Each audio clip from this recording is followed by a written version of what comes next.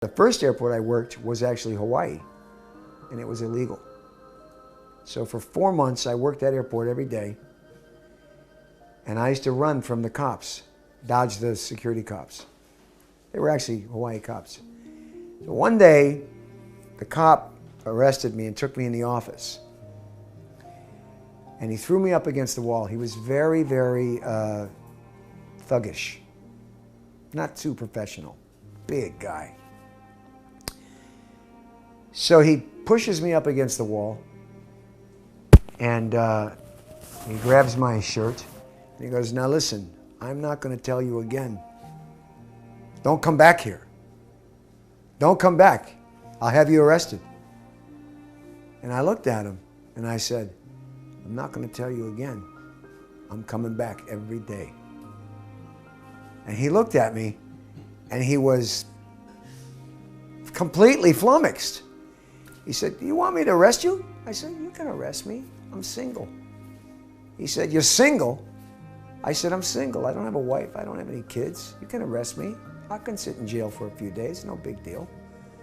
And he started laughing.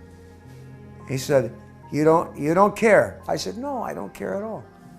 I said, "But as soon as I get out, I'm going to come back here." I said, "I give out 40, 50 of these books every day, mostly to service guys. They need these books.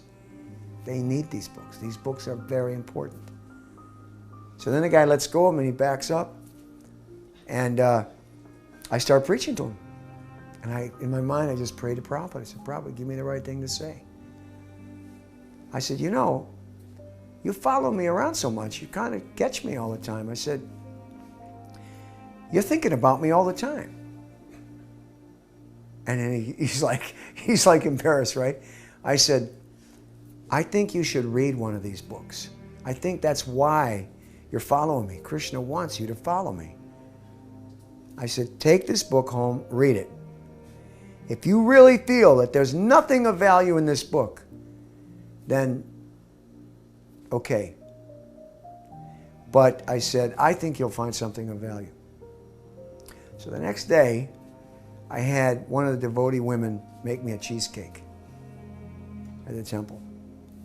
And I took it to the airport. And I hunted for him. And I didn't wait for him to catch me. I hunted for him. And gave him the cheesecake. And he looked at me and said, "All right, okay. All right, I read your book, a little bit of your book. I read enough. You're okay." He said, "But I got a boss.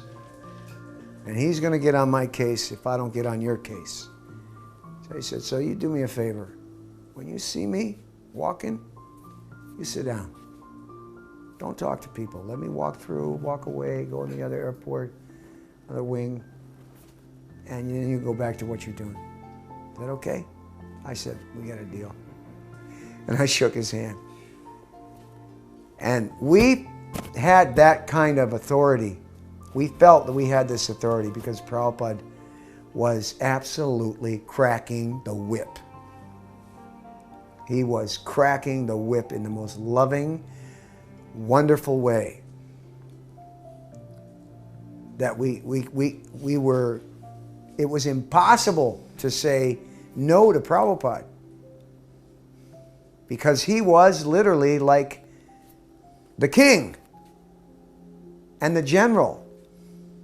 The book distributors especially, we saw him in that generalship, kingly way, probably more so than maybe others, because that was the relationship that we had.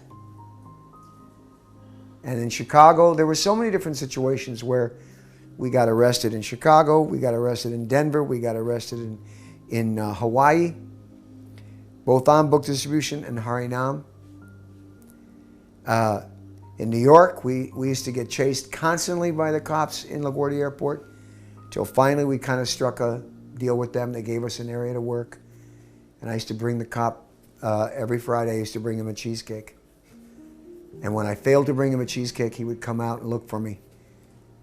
And he would get upset. He would say, "Hey, where's my cheesecake?"